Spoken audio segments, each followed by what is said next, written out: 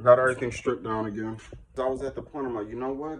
I want to actually protect the bottom of my my floor. Here you go, guys. So we got some Bondo fiberglass resin. Got my little mixing utensil.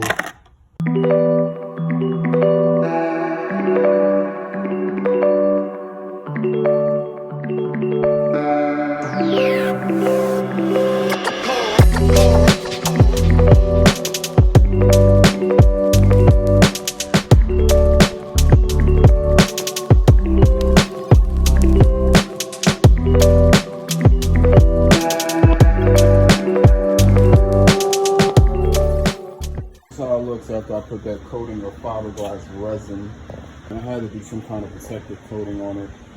Yeah, I'm gonna come out here later on and sand it down. I'm not putting another coating on it.